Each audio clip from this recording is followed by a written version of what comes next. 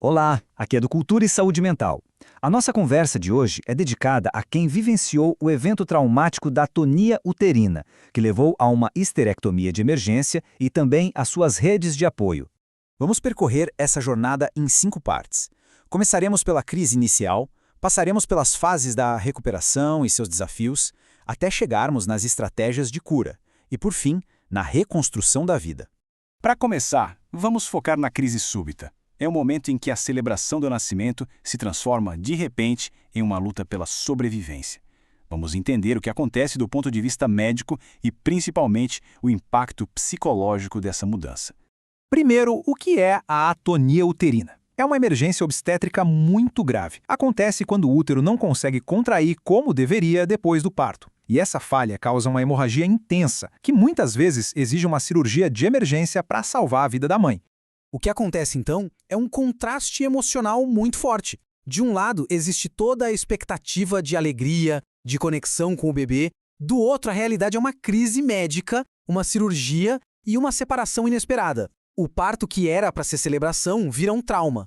E é importante entender que não estamos falando de um único trauma. É uma experiência com várias camadas de dor.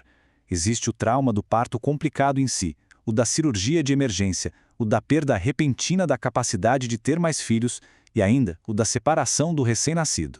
Isso nos leva às fases da sobrevivência psicológica, o nosso próximo tópico. A recuperação emocional não acontece do dia para a noite. Ela segue um caminho. Nas primeiras semanas, a pessoa está em modo de sobrevivência, ainda em choque. Nos meses seguintes, vem a fase do luto, quando é preciso processar todas as perdas. E só depois de uns 6 meses, em média, é que a fase de reconstrução pode começar. Essa jornada tem desafios muito específicos e que, muitas vezes, não são bem compreendidos.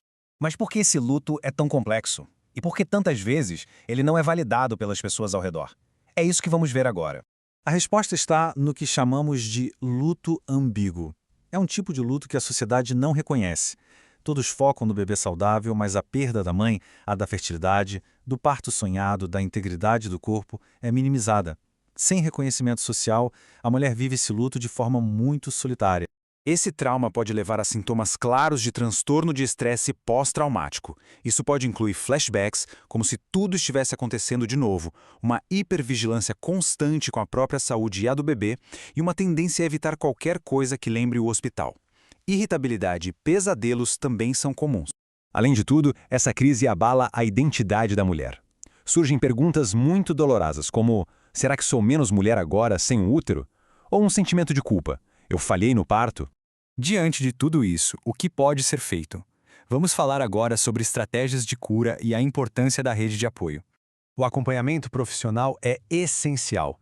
Terapias focadas em trauma, como o EMDR e a terapia cognitivo-comportamental, são muito eficazes. O EMDR ajuda a processar memórias, enquanto a TCC reestrutura os pensamentos ligados ao trauma.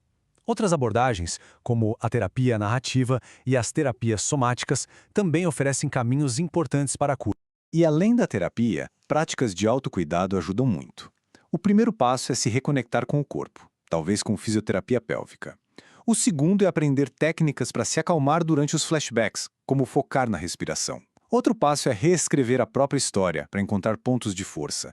E, por fim, usar a criatividade como forma de processar tudo o que foi vivido.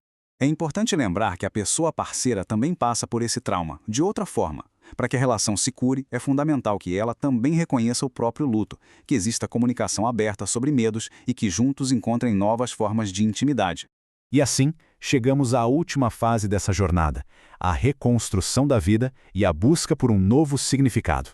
A experiência de um trauma tão grande pode levar a algo chamado crescimento pós-traumático. Não se trata de apagar a dor, mas de uma mudança psicológica positiva que acontece por causa da adversidade, levando a uma nova apreciação pela vida e a descoberta de uma força interna que não se conhecia. E como se encontra esse novo significado? Para algumas pessoas, é compartilhando a própria história para ajudar outras. Para outras, é se envolvendo em causas para melhorar o cuidado obstétrico, ou simplesmente redefinindo as próprias prioridades e valores. Pensando ao longo prazo, essa experiência se torna parte da história da família. Um dia, será preciso decidir como e quando contar essa história para a criança, enquadrando-a não como uma tragédia, mas como uma narrativa de amor, luta e, acima de tudo, de sobrevivência. Existe uma citação que diz: sobreviver não é o fim da história, é o começo de um novo capítulo, escrito com resiliência, força e uma compreensão mais profunda da vida. Isso capta exatamente a essência dessa transformação. É fundamental entender que a cura não é uma linha reta. É um processo cheio de altos e baixos, um caminho de recuperação e redescoberta. E ele exige, acima de tudo, paciência, apoio profissional e uma imensa autocompaixão. Por isso, para quem está passando por essa experiência, é importante reforçar: buscar ajuda é um ato de força. Um profissional de saúde mental qualificado, como um psicólogo ou psiquiatra, pode oferecer o suporte necessário para navegar por esse processo de cura. Agradecemos por acompanhar esta análise do Cultura e Saúde Mental.